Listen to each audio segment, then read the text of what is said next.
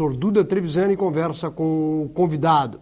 Você pode fazer sua pergunta através do telefone 3206-1213 ou pelo e-mail jornalismo@tvprev.com.br. Professor Duda. Boa tarde, doutor. Professor Duda, boa tarde. Grande prazer estar aqui, viu? Eu estou muito feliz hoje de estar entrevistando o Fernando. Acho que todo telespectador da TV Prevê sabe da nossa amizade e do carinho que eu tenho pelo médico Fernando Monte, um cavalheiro na verdadeira acepção do termo. Eu vou até falar uma coisa.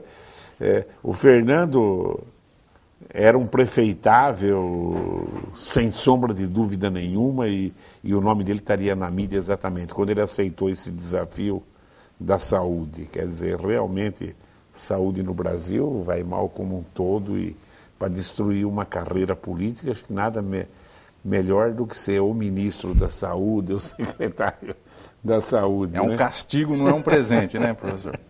Que coisa, né? De um modo geral, Fernando, o que melhorou na saúde brasileira ou não melhorou nada? Eu acho que melhorou bastante, professor. Eu diria o seguinte, para usar uma única palavra, eu acho que o que melhorou foi o acesso. As pessoas conseguem hoje acessar o sistema de saúde. No entanto, dentro do sistema, elas vão precisar de várias coisas, consultas gerais, consultas especializadas, exames, e aí ela começa a ter uma grande dificuldade em conseguir caminhar para resolver os seus problemas. Então, eu diria o seguinte hoje, a percepção que a gente tem para olhar isso de uma maneira mais genérica. O acesso melhorou, mas a solução do problema que a pessoa tem ainda deixa muito a desejar no nosso sistema. Então, a gente precisa aperfeiçoar isso num bom sistema público. Agora, que o acesso melhorou, que a gente tem hoje uma gama de serviços que oferta mais serviços, eu não tenho dúvida, mas há um caminho longo a se trilhar. E para isso, acho que o grande desafio e o meu grande temor é que a gente não tem os recursos necessários para fazer isso. Para dar dados assim internacionais, os países que têm sistemas como o nosso, mesmo os países aqui da América Latina, né, os europeus gastam aí 3.500, 3.500 dólares por habitante por ano. Os países aqui, nossos vizinhos, gastam mais de 1.000 dólares por ano. O Brasil gasta 500 dólares por ano e quer ter sistema universal. Então é bastante difícil que essa equação feche. E eu não vejo que a gente vá ter rapidamente mais recursos na área da saúde. Né, Fernando? Mas uma coisa que todo mundo esquece, eu falei ontem, né?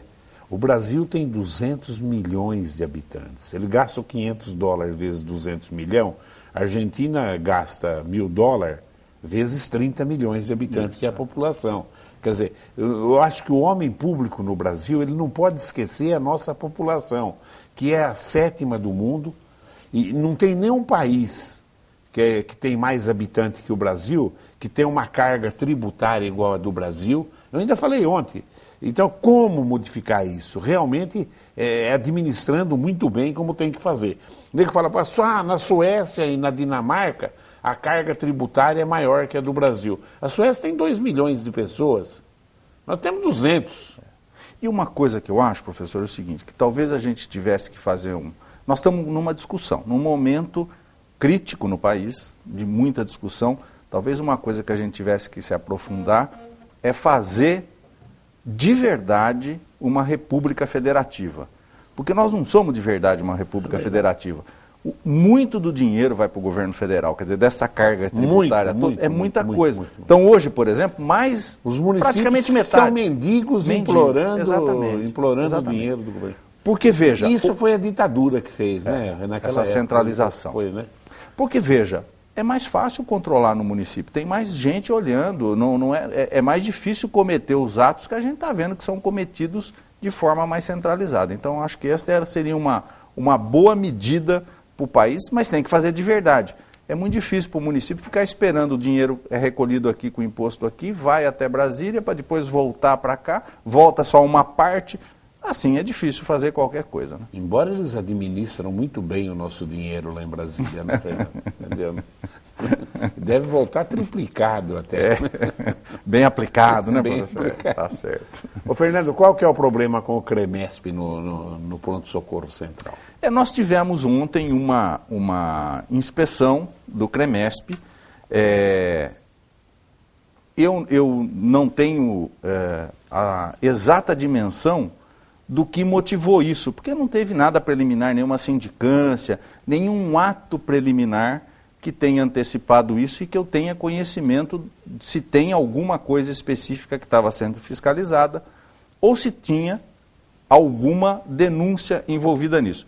Confesso que tomei conhecimento informalmente, então também estou veiculando aqui informalmente, parece que houve colegas médicos que fizeram algum tipo de denúncia.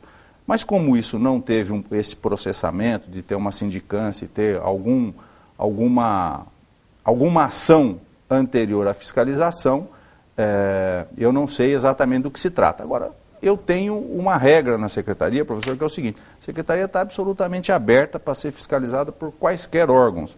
Nós temos um contato bastante bom, uma relação bastante boa com o Ministério Público, com o Conselho Municipal de Saúde e qualquer órgão, com a Câmara Municipal, através da Comissão de Fiscalização e Controle. Então, veja, nós somos um serviço público, nós temos que ter transparência no que nós fazemos. Agora, certamente a gente, a partir desta fiscalização, vai saber exatamente o que está acontecendo e se há alguma coisa a ser corrigida. O corte de horas extras, que problema que gerou no... Gerou um grande problema, professor. Hoje nós temos uma quantidade de horas extras na Secretaria que equivale mais ou menos ao trabalho de 300 profissionais. O quadro da Secretaria é de 1.700 profissionais.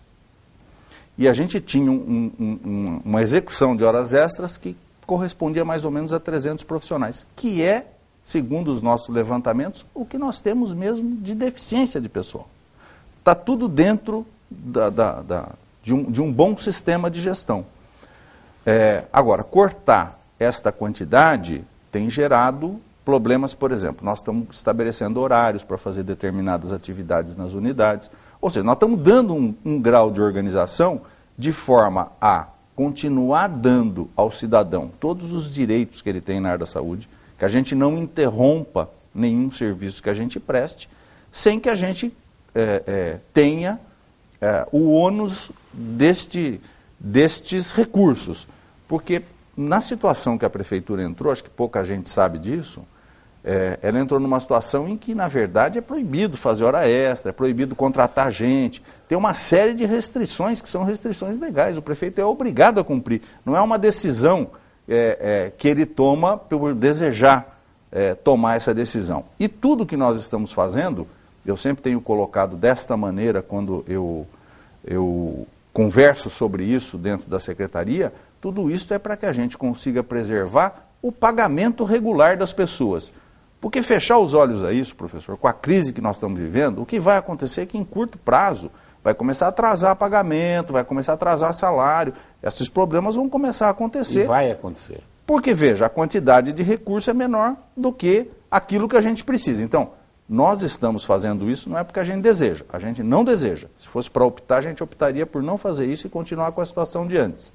A gente está fazendo isso para ter regularidade e para dar segurança para as pessoas. Você ficou sabendo do caso de Franca? Eu tenho uma irmã que é médica em Franca. Lá os médicos tinham período duplo, né? Ele cortou todos os períodos de todo mundo. Tem um monte de municípios. Você quer matar o prefeito. Eu não estava sabendo especificamente de Franca, professor, mas tem vários municípios no estado de São Paulo que estão fazendo o seguinte: só trabalha meio período. Meio período. Franca fez isso. Só trabalha meio período. Diz que está um caos. Aliás, não é só na saúde. Qualquer serviço público, à tarde não funciona mais, ou então só funciona à tarde e não funciona de manhã. Então, a restrição que outros municípios estão tendo está sendo bastante grande.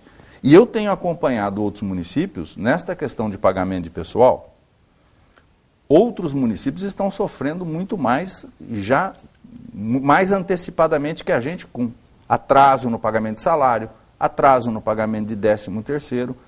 E a saúde sente muito isso, professor, pelo seguinte: nós temos um orçamento que equivale hoje a 1/4 dos recursos do município. 25% é aplicado na área da saúde. Desse dinheiro, do dinheiro que nós temos para a área da saúde, 70% é para pagamento de pessoal. Então, o peso da folha dentro da questão da saúde é muito grande. Por que isso acontece? Primeiro, porque saúde depende de gente para fazer o serviço. E a outra coisa é que 30% do meu quadro é de nível universitário. Então, isso traz uma grande dificuldade. E na questão médica, também trouxe dificuldade. Nós tivemos restrição. Por exemplo, tem uma anotação do Tribunal de Contas, ninguém pode receber mais que o prefeito municipal. Eu, durante todo o meu tempo na gestão, defendi uma tese que era o seguinte, que eu acreditava que isso só pudesse valer porque o sujeito recebesse como salário. O que ele dava de plantão, como era uma atividade extra, deveria estar fora disso. Não é? Muito bem. O Supremo Tribunal Federal entendeu, num julgamento recente, que é tudo. Todo vencimento que o sujeito recebe está englobado nisso. Isso trouxe um problema sério. Isso está sendo aplicado aqui em Bauru? Está começando a ser aplicado agora, e isso vai trazer um problema, porque tinha vários médicos que recebiam bastante além do que o prefeito recebia. E médico é um profissional que, se a gente não remunerar adequadamente, porque às vezes as pessoas reclamam disso, mas se a gente não remunerar adequadamente, não tem atividade, né? O que eu sei agora é que o Congresso, a Câmara dos Deputados, está produzindo uma lei para disciplinar este teto salarial, o que vai estar dentro, o que vai estar fora. Eu tenho um irmão, acho que a maioria das pessoas sabe que é deputado federal, já encomendei a ele que estas atividades extras possam entrar à parte, não sejam incluídas, porque é uma atividade extraordinária, isso não faz parte do salário da pessoa, ela cumpriu a atividade, ela ganha. E se necessária, se ela não fizer, outro vai ter que fazer. Exatamente. E se a partir do mês que vem ela parar de fazer, ela para de receber isso. Né? Então eu acho que não deveria estar incluído. Mas traz problema, nós tivemos problema, as nossas escalas de plantão de médicos estão sofrendo com isso e a gente lamenta, mas nós temos que cumprir a lei. Não tem como o gestor deixar de cumprir a lei. Como é que está funcionando a Fundação Regional de Saúde? Professor, está funcionando muito bem, ainda com uma atividade mais ou menos restrita. Hoje ela faz operação do serviço médico de 2 UPAs, a UPA do Ipiranga e a UPA da Bela Vista. E problemas que a gente tinha nesses serviços, especialmente na Bela Vista, outro dia eu estava fazendo um levantamento de tudo que saiu na imprensa nos últimos anos. Desde que eu cheguei à secretaria em 2009, aquilo era problema de escala. Depois da fundação, esse problema desapareceu. Tem tido trabalho regular da área médica na UPA, e assim como na UPA do Ipiranga. E nós estamos querendo expandir isso. Nós estamos tendo problema no pronto atendimento infantil, isso tem sido veiculado, acho que muita gente sabe disso. É uma área muito difícil, porque não tem pediatra no mercado, então a gente está fazendo todo um esforço dentro da Fundação para ver se a gente consegue, através da Fundação, melhorar esse atendimento e a quantidade de profissionais. Então ela está caminhando. Agora, a organização, para organizar direito uma entidade desse tipo, professor, é muito difícil. Nós estamos fazendo esse processo hoje, de tentar organizar internamente a Fundação, para fazer tudo certinho, para ela começar completamente reta, todas as coisas bastante corretas, e a gente está muito empenhado nisso. Acho que a Fundação é um organismo que veio para ficar, deverá assumir serviços em Agudos, em Pederneiras, e acho que ela vai se consolidar como um organismo importante aqui na área da saúde. Muito bom. Preste atenção agora, telespectador, essa pergunta que eu vou fazer para o doutor Fernando, realmente é uma preocupação muito grande. A dengue, hoje tem mais de 1 milhão de casos no país. A dengue passou de 1 milhão de casos. 1,5. 1,5 já. E a dengue, né, transmitido pelo Aedes, principalmente pela porquice do povo brasileiro, que está difícil de controlar. O mosquito está aí, mas a morte de dengue é pouquinho. Você vê que morreu aqui em Bauru até agora, morreram quantas pessoas? Na última epidemia agora, 6 pessoas. 6 pessoas. Só que agora, outras doenças estão sendo atribuídas como transmitidas pelo Aedes aegypti. E doenças com problemas gravíssimos em criança e morte muito mais acentuada. Eu gostaria que você falasse sobre isso para o nosso telespectador. Esta é uma preocupação bastante grande, professor. Nós terminamos agora um levantamento que mede quanto tem de infestação do mosquito. Nós temos 3,3% nosso índice de infestação na cidade. É um nível que é considerado de alerta, não é um nível que é considerado em risco. É um alerta para a gente colocar as barbas de molho e fazer uma série de coisas. O problema, professor, é o seguinte. Esse número 3,3 é uma média da cidade toda. Há áreas na cidade que têm níveis mais baixos, áreas que têm níveis mais altos. Inclusive, nós estamos estudando uma forma de nós fazermos a divulgação disso. Não é? Algumas pessoas fizeram essa sugestão, eu queria até comentar que foi uma sugestão do Dr. Cláudio Tonello, falar que a população devia saber quanto que tem de infestação em cada área da cidade. E nós vamos fazer isso, nós vamos informar cada área da cidade quanto tem de nível de infestação. Porque há áreas que são muito mais críticas do que outras. Muito bem. Então, é razão para a gente ficar preocupado. Nós já tivemos aqui em Bauru 3 tipos de dengue, tipo 1, tipo 2, tipo 3. Este ano que está se encerrando, tivemos 8.500 casos da doença. Cada vez que tem epidemia, sobe. 2007 foi 2.000, depois 2011, 4.500, depois 7.500, agora 8.500. Muito bem. Nós nunca detectamos aqui nem o tipo 4 da dengue. Então, este é um risco, porque se tiver tipo 4, em tese, todo mundo é suscetível. Não tem ninguém que já experimentou o vírus, pode alastrar para todo mundo a epidemia. E nós nunca tivemos aqui nem chikungunya, que é um outro vírus que agora recentemente se descobriu que o Aedes aegypti transmitia, e nunca tivemos Zika vírus. O Zika vírus foi o último vírus que foi associado à transmissão com o Aedes aegypti.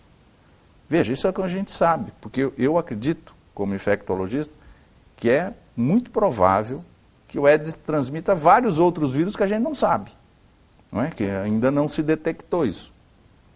Então, o que a gente conhece, ele transmite, na verdade, 6 vírus. 4 de dengue, o 5º chikungunya, o 6º Zika vírus. O problema é que nós detectamos agora, recentemente, no país, nunca tinha se visto isso no mundo, não tinha sido detectado no mundo anteriormente, uma associação entre ocorrência de Zika vírus e um fenômeno chamado microcefalia. Microcefalia é o seguinte: a criança nasce com a cabeça menor do que o normal. E isto está normalmente associado, nós não sabemos agora nos casos de Zika vírus, porque vai ter que esperar essas crianças crescerem. Mas, em geral, os casos de microcefalia tradicionais, que já existiam por outras razões, está associado com retardo mental. Então, isso é uma coisa gravíssima, porque Zika vírus, que só teve agora lá no Nordeste, isso foi detectado no Nordeste. É um vírus que, se a gente não controlar a expansão do Aedes aegypti, esse vírus vai se expandir. A tendência é que a gente tenha grávidas adquirindo infecção por esse vírus no país inteiro. E na medida que a grávida adquire a infecção, o filho pode nascer com microcefalia e ter problema essa criança pro resto da vida. Então é uma coisa de uma grande gravidade. Como é que faz para controlar isso? Controlando o mosquito. Não tem outro jeito. Não tem outro jeito. Não tem outro jeito. E aí está na hora de nós brasileiros criarmos vergonha na cara. Se tem pernilongo na sua casa, você tem que achar onde está. Qual a capacidade de voo do pernilongo? Você sabe isso? É pequena. Quando a gente faz um bloqueio em torno de 500 metros e tal.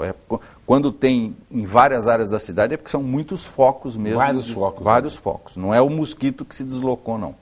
Ele está por ali, por perto, o foco dele é ali por perto. E nós detectamos, professor, isso é uma informação importante. Isso acontece em Bauru e acontece em todo o estado de São Paulo. Aliás, dos 1,5 milhão de casos desse ano no país, 700 mil casos foi no estado de São Paulo. Metade do que aconteceu. O Sudeste lidera. Complicado. 80% dos criadouros que nós achamos, esse 3,3% que eu falei, acabamos de fazer isso. 80% dos criadouros estão dentro dos domicílios. Ou está dentro da casa da pessoa, ou está no quintal da pessoa. Piscina. Exata, piscina. Então não está em terreno, porque as pessoas ficam muito impressionadas com porque a cidade está suja. E veja, a gente tem que limpar terreno mesmo. Não estou discordando disso, mas como foco de multiplicação do mosquito. 2, 3 banheiros na casa. Isso. Aquele banheiro no fundo, na edícula. Que não dá descarga. Não dá descarga. O ralinho lá no fundo, que ninguém olha. A calha que está entupida. A calha entupida. Caixa d'água destampada. Caixa d'água destampada. Tudo isso, qualquer lugar que tenha um pouquinho... aquele pratinho para pegar água de vaso de planta, ainda acha mosquito nesses lugares. Um dispositivo que tem embaixo de geladeira, que é para coletar água embaixo da geladeira. Fernando, eu gostaria que você repetisse esse pedaço da entrevista aí. Fala essas coisas. Começa com a piscina, vamos lá. Tem piscina, coisas que às vezes são imperceptíveis. A edícula lá no fundo que tem um vaso sanitário que não dá descarga. Que ninguém usa na casa. Um ralo que pode estar no tempo e junta água. Não chove, fica a aguinha lá, ninguém faz nada. Pode juntar lá. Calha entupida é uma origem bastante forte para o mosquito. Às vezes, por exemplo, antena parabólica. Antena parabólica tem a concavidade. Ali se pode juntar água, pode criar um mosquito. Bromélia no jardim, bromélia, a gente fala da bromélia, qualquer planta que junte água. Qualquer coisa que juntar um pouquinho d'água, o mosquito vai lá e põe o ovo. Ele vai pondo o ovo onde dá. Caixa d'água, bastante bem lembrado, caixa d'água destampada. E é sempre bom a pessoa de vez em quando lavar a caixa d'água. Claro. Porque o mosquito pode entrar pelo ladrão da caixa d'água, mesmo que ela esteja tampada. Então, qualquer lugar, acho que a regra é essa, qualquer lugar que junte pequenas porções de água. E tem que ficar olhando na casa o tempo todo para pegar esses lugares, para ver se a gente consegue controlar os focos do mosquito. Nós temos feito um trabalho importante, nós temos feito inclusive junto com a Unimed. A Unimed nos auxilia no trabalho de conscientização das pessoas e de coleta desse material inservível para fazer se a gente consegue limpar a cidade. Mas se as pessoas não colaborarem, porque veja, se tivesse na rua era fácil, o poder público vai lá, resolve, não é? Pode resolver. O problema é que dentro da casa das pessoas, ou a pessoa faz ela mesma, então não tem jeito, professor. Não tem jeito. Quem sabe agora, né, onde não vai ser apenas ficar 3 dias sem trabalhar, probleminha de mal-estar e etc., agora realmente está associado à morte, a consequências em criança. Quem sabe o brasileiro cria vergonha na cara e realmente cada um fiscaliza a sua casa, a sua região. Se cada um fizer isso, em vários grandes lugares do mundo que tinha a Aedes, ele foi Singapura, os locais da Ásia que eram frequentes, eles conseguiram fazer bons trabalhos nesse sentido. E a gente quer fazer isso, a gente quer anunciar, o bairro tal tem tal nível de infestação. Cada bairro saber qual é o seu nível de infestação de mosquito. E além disso, acompanhar as grávidas. No futuro, as grávidas que tiverem febre, a gente vai ter que fazer uma avaliação, ver se pode ser um Zika vírus, alguma coisa assim. A gente vai ter que tomar providência nesse sentido, porque mudou o quadro da doença. Ficou muito mais grave. Esse é o resumo dessa pergunta. Ficou muito mais grave, nem comparação. Se a gente dava nível 1 para gravidade, pulou para 10. Ficou muito mais séria a coisa.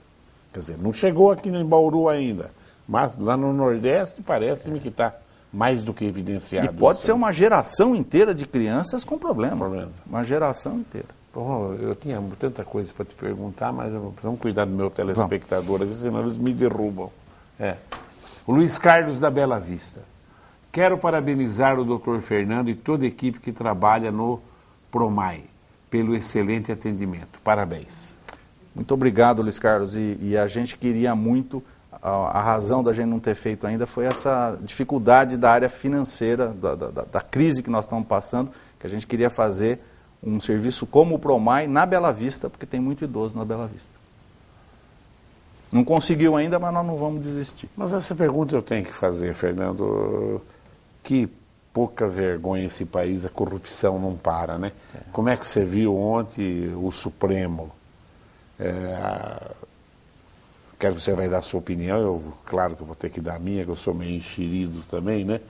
Mas como é que você viu, confirmando-se o ato do Supremo, o Supremo onde teoricamente interviu num outro poder, quer dizer, mandando prender um senador em exercício do cargo?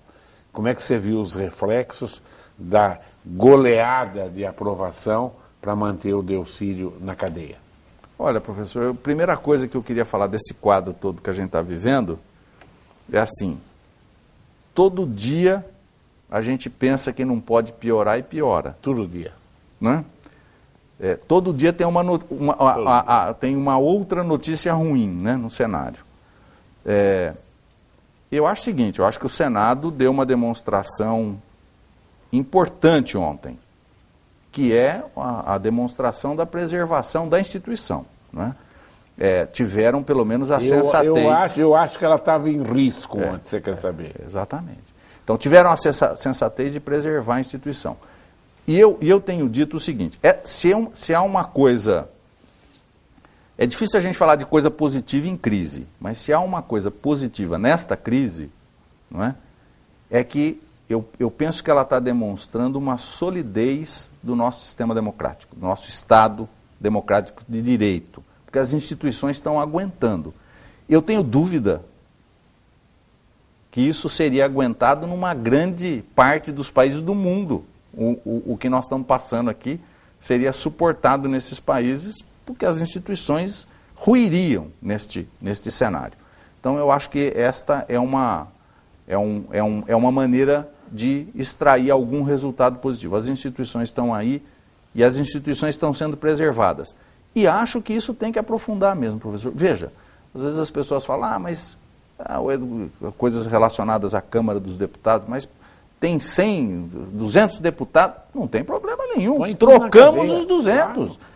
Quem dever, tem que pagar. Tem que pagar a conta. Tem que pagar a conta. E que saída tinha o Supremo? Se o Supremo tem uma gravação, né? Vai para o Supremo, oferecendo 50 mil reais para a família do Cerveró. Não é milão. Milão eu dava para o Cerveró, coitado. 50 mil reais por mês para manter o padrão da família. Oferecendo um avião para fugir.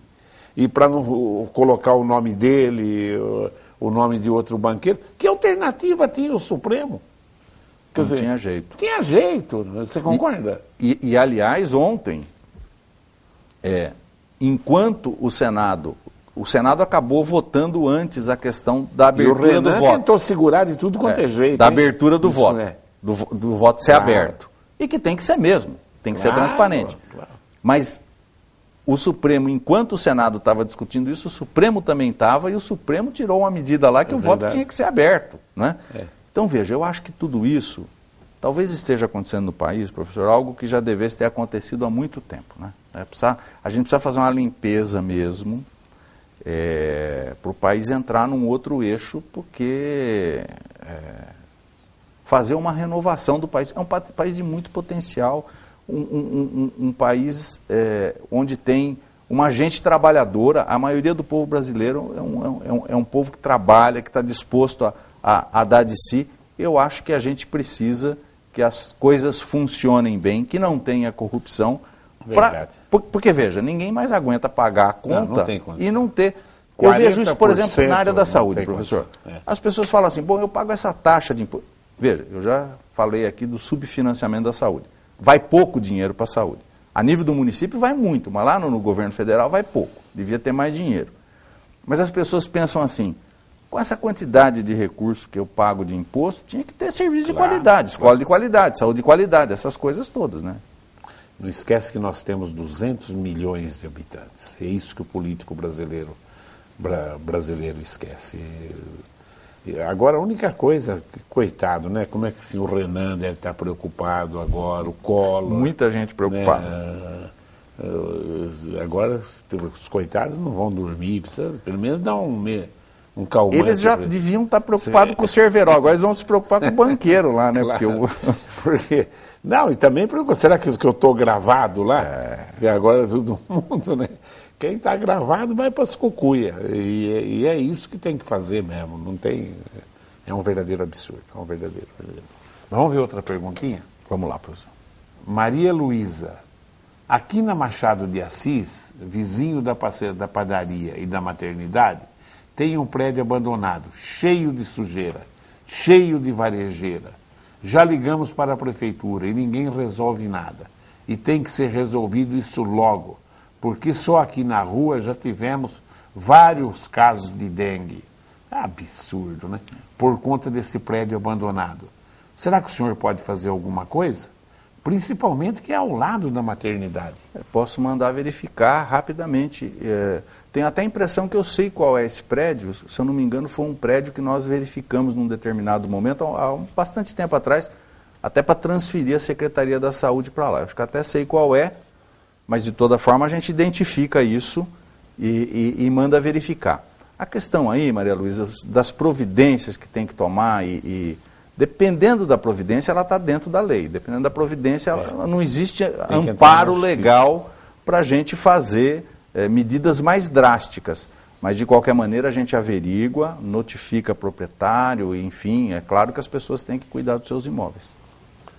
O Pedro Valentim, Fernando Monte, o Ministério da Saúde já chegou a concluir, ele vai falar sobre isso, que a microcefalia que acontece nos bebês está sendo passada pelo mesmo mosquito da dengue.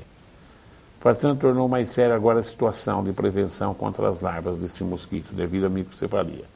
Vocês estão preparados para isso? Veja, nós estamos fazendo todo o trabalho que precisa ser feito. Estamos com um planejamento de intensificar o trabalho que a gente já faz. Agora, tudo isso não tem sido suficiente, Pedro, para garantir que não ocorra transmissão, por exemplo, de dengue. Então, isso quer dizer que a gente continua tendo infestação pelo mosquito. Como eu disse anteriormente aqui, 80% dessa infestação dentro dos domicílios. Se a gente continua tendo infestação pelo mosquito da dengue, a gente está sujeito a ter, está em risco de ter Zika vírus, e se tiver Zika vírus, está em risco de ter ocorrência de microcefalia. E essa é uma possibilidade, nós temos que ficar muito acautelados com relação a isso. O Cirineu pergunta, professor e entrevistado, boa tarde. Algumas coisas não dá para entender. Fala-se de fiscalização, mas não vejo eficácia nisso. Tem um terreno ao lado da minha casa, verdadeiro depósito de lixo, e o proprietário não cuida. Cansei de denunciar e pedir providências à prefeitura e zoonoses. Isto já há anos e nada de resultado. Pode ser que não tenha resultado, porque há proprietários, Cirineu, que preferem pagar multa, enfim, fazerem não a limpeza do terreno, mas sim estar sujeito às medidas que a fiscalização pode promover.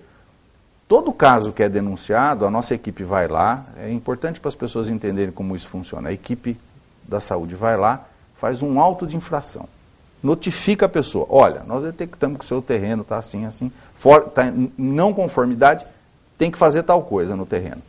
Volta depois de um tempo, 15 dias.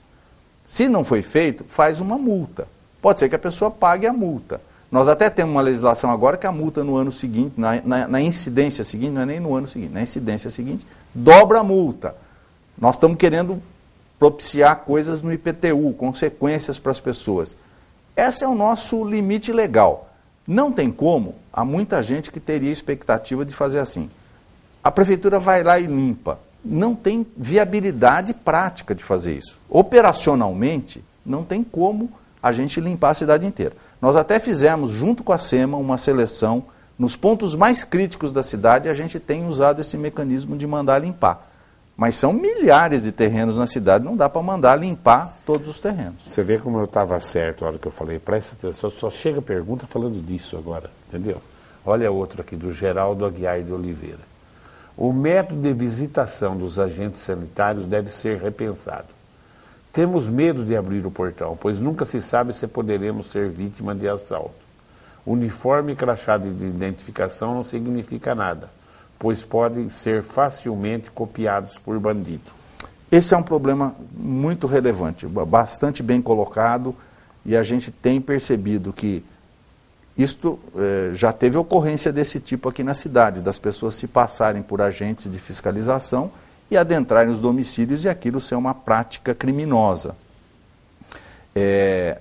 Eu acho que esta é uma ideia que a gente pode ficar com ela aqui, ver se há algum mecanismo que a gente possa fortalecer. Por exemplo, quando a fiscalização é feita pontualmente, eu acho que é mais difícil, mas quando é feita numa região inteira, às vezes faz de uma região toda, talvez fazer um aviso público e tal, que vai ter a fiscalização em algum mecanismo. E as fiscalizações nunca são à noite também, né? Nunca são à noite. Nunca são à noite. Eu vejo, às vezes, na grande mídia, o cara chega à noite, até para falar de net, de coisa e etc., e é ladrão, né? Quer dizer, nunca é à noite. À noite é hora extra. As prefeituras não têm mais dinheiro para pagar a hora extra de ninguém. Se for à noite, não é o nosso pessoal. Não é. Não é o nosso pessoal. Não é o pessoal, não é. Ó, o Silvio, do Santo e de Virges, ele fala de um problema particular dele. Ele fala, meu filho tem distrofia muscular. Ele é cadeirante. Precisei de um carro para levar meu filho em uma consulta em Botucatu. E a secretaria ofereceu uma van que não é adequada para o problema do meu filho. Ele foi com muita dor. Agora temos uma nova consulta marcada para o dia 14 de dezembro. E precisamos de um carro adequado para o problema dele. Um carro de apoio ou uma ambulância. A gente pode ver, Silvio, exatamente qual foi esta situação e qual foi a má acomodação que ficou o seu filho. De qualquer maneira, todos os casos, quando eles são avaliados por transporte, nós temos uma área, que é uma área de perícia, tem um setor médico que faz perícia nos pacientes para saber que tipo de transporte que tem que usar, né? E a gente, evidentemente, confia nesta atividade de perícia que é feita. Nós realmente não temos carros totalmente adaptados para as pessoas deficientes. Esses carros precisariam ser preparados especialmente, mas a gente pode ver esta situação específica, se for o caso de trocar por uma ambulância a gente dispõe. Se precisar um carro com mais tecnologia assistiva e tal, aí talvez a gente tenha que fazer algum tipo de adaptação. Mas nós podemos ver pessoalmente esta situação específica, Silvio. O Ticão pergunta, quando que vai ser inaugurado o posto de saúde da Vila Jussara? Ô Ticão, primeiro um abraço para o Ticão. E essa é uma pergunta importante, Ticão. Veja, a nossa limitação para o Jardim Jussara, estava tudo pronto lá para a gente inaugurar, evidentemente. O grande problema hoje é esta questão da crise econômica, porque para inaugurar nós precisamos contratar 3 equipes de saúde da família lá. Essa é a dificuldade, nós não dispomos dos recursos e nem podemos fazer ações no sentido de ampliar o quadro de pessoal para que a gente coloque as equipes lá funcionando. Nós já estamos vendo uma solução alternativa para não deixar esta unidade aberta. Como ela é uma situação alternativa que depende, inclusive, da gente mexer em outras unidades, especificamente na unidade na Vila Dutra, eu não vou antecipar aqui, mas a gente, pelo nosso desejo, nós queremos abrir lá, Ticão, o mais rápido possível. Qual a dificuldade? Por que não fazemos isso rapidamente? Não fazemos rapidamente pela falta de condições. E não é falta de recurso, é falta da capacidade legal, ou seja, do que esteja dentro da lei que nos permita colocar mais gente ali naquela unidade para atender. Qual vai ser o comportamento do seu partido nas próximas eleições, o PL, em Bauru? Bom, professor, nós estamos muito no começo das conversações. Nós no PR acreditávamos que ia ter a prorrogação do tempo das filiações, ia ser com 6 meses. Então, nós não fizemos grande movimentação dentro desse quadro eleitoral. Nós devemos começar a fazer as reuniões agora nesse final de ano. Nada definido assim se sai com o candidato a prefeito? Nada definido, nada definido. Eu acho que nós vamos ter uma grande dificuldade no cenário eleitoral, professor. Antes eu achava que nós íamos ter muitas candidaturas.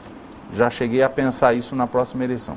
Hoje eu vejo o seguinte, tem um grande impedimento para ter muitas candidaturas, que nós vamos ter uma grande dificuldade de financiar essas campanhas. É verdade. Não é? E eu acho que isso vai restringir a quantidade de candidaturas. De qualquer maneira, o PR é sempre um partido aberto a conversações amplas. Nós, todas as eleições, temos conversado com todas as outras agremiações partidárias, não temos nenhum preconceito em relação a isso, nenhum veto a nenhuma agremiação partidária. Vamos estar participando do jogo aí das conversações. Fernando, mais alguma coisa?